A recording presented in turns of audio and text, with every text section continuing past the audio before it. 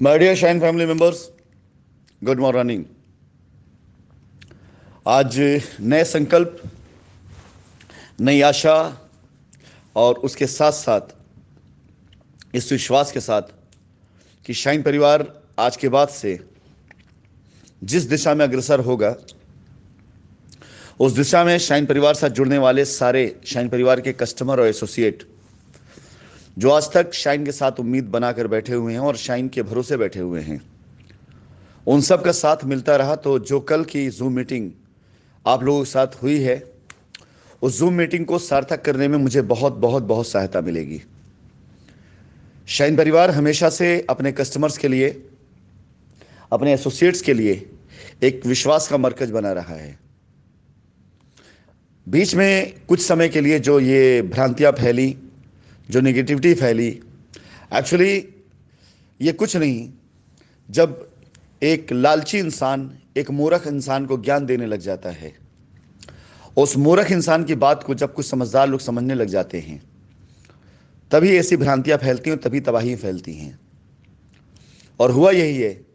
Shine परिवार में ही नहीं, इससे पहले भी न जाने इतिहास में ऐसी कितनी कहानियां हैं जहां कुछ लालची और कुछ मूर्ख का गठबंधन जब आपस में होता है तो समाज का विनाश होता है। वही शाइन परिवार के साथ में हुआ। फिलहाल कल की मीटिंग में मैंने एक संकल्प किया है कि पीछे की किसी बात को अब मैं ना करते हुए आगे की तरफ मैं अग्रसर होऊंगा। आप सभी लोगों ने कल की जूम मीटिंग सुनी और काफ़ी लोगों के मैसेज मुझे काफ़ी रात तक आते रहे,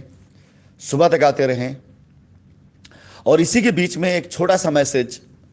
आज की मीडिया की हेडलाइन सुर्खियों का भी आया। और मैं आपको फिर से बताना चाहूँगा कि कई बार कुछ समझदार और लालची लोग कुछ लोगों को मूर्ख बनाने का भी काम करते हैं।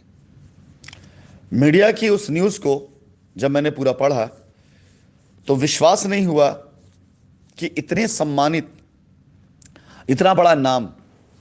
ऐसे झूठों को जो फैलाना शुरू कर देते हैं तो समाज का कल्याण किसी तरीके से नहीं हो सकता है। अखबार की कटिंग तो मैं आपको शेयर नहीं कर रहा हूं, लेकिन मैं आपको बताऊं कि जिन चीजों पर, जिन बातों पर कोर्ट ने सिरे से डिनाई किया और उन सारी चीजों का जांच का विषय बताया और यह कहा कि आपके पास यदि कोई तथ्य है तो इसे जांच एजेंसियों को दीजिए, और जिस सौहार्दपूर्ण माहौल में कल कोर्ट ने रास्ता निकालने की बात की, उसके बिल्कुल विपरीत, बिल्कुल उलट अखबार में आज खबरें डाली जाती हैं उन बातों को जिसका कोर्ट ने सिरे से नकारते हुए कहा कि आप इन सब को तथ्यों के साथ जांच एजेंसी को दीजिए, हम किसी इंडिविजुअल के हाथ कोई भी चीज नहीं लेंगे। समझ में नहीं आता है कि इस तरह के पत्रकार ये अपने आप को ज्यादा चतुर समझते हैं या जनता को ज्यादा मूर्ख। क्योंकि कोई भी पढ़ा लिखा समझदार व्यक्ति, कोई भी जानकार व्यक्ति, कोई भी कानून का ज्ञाता अगर अखबार की इन खबरों को पढ़ करके उस पर अगर उसे विश्वास ना हो तो क्या फायदा है ऐसे पत्रकारों को या ऐसी खबरों को छापने का। फिलहाल अपनी इस वॉइस नोट में मैं सिर्फ इतना कहना चाहूंगा कि अब अपनी आंखें खोल लीजिए, क्योंकि कुछ होशियार लोग, कुछ लालची लोग कई बार मूर्ख के साथ मिलकर के दुनिया को मूर्ख नहीं बनाते, बल्कि कई बार कुछ लालची लोग कुछ लालची लोगों के साथ मिल करके जनता को मूर्ख बनाते हैं और यह सोच के मूर्ख बनाते हैं कि इनके मूर्ख बनने से इनका फायदा होगा। बहुत तकलीफें हुई आप सभी लोगों को, बहुत परेशानी आप सभी लोगों को। आप इन खबरों पे जाएं या ना जाएं, इन पर बिलीव करें या ना करें, मैं अपना काम कर रहा हूं और अपना काम करूंगा। अखबार की खबरों के बारे में अगर मुझे विश्लेषण करना हुआ तो मैं ज़रूर करूंगा कि उसमें लिखी गई लाइनें कितनी अक्षरशः असत्य हैं। लाइन बाय लाइन सारी चीज़ उसके अंदर असत्य हैं।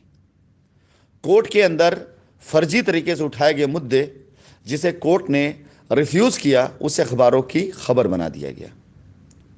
और अगर खबरों में यह आ जाता कि कोर्ट ने आज सौहार्दपूर्ण माहौल में जांच एजेंसियों को जांच करने का आदेश दिया है और यह कहा है कि आप कोई ऐसा कार्य मत करें जिससे लोगों के अंदर भय पैदा हो, अगर आज अखबार में ये खबर छप जाती कि कंपनी के डायरेक्टर ने जो रजिस्ट्री करी थी या जो रजिस्ट्री का ऑथराइजेशन दिया था, उसे ईओडब्ल्यू के डायरेक्टर ने एक्सेप्ट कर लिया कि हाँ, इसके अंदर कानूनी प्रक्रियाएं इस्तेमाल की गई थी, पूरी तरीके से इस्तेमाल की गई थी, अगर ये छापा जाता तो कंपनी के ऊपर कम से कम लगा हुआ दाग वो अखबारों में आता कि हाँ, ये दाग गलत लगाया गया था, तब माना जाता कि जनता के हित की बात हो रही है। अगर यह कहा जाता कि कोर्ट ने कंपनी से भी रोड मैप मांगा और जांच एजेंसियों को भी यह आदेशित किया है कि आप जल्द से जल्द जांच को सौहार्दपूर्ण माहौल में खत्म करके रिपोर्ट पेश करें ताकि कोई डायरेक्शन दिया जा सके, तब शायद जनता के अंदर एक उम्मीद और जागती। लेकिन चलिए, ये सारी चीजें होती रहेंगी। इन्हीं उतार चढ़ाव को पार करने का नाम शाइन ग्रुप है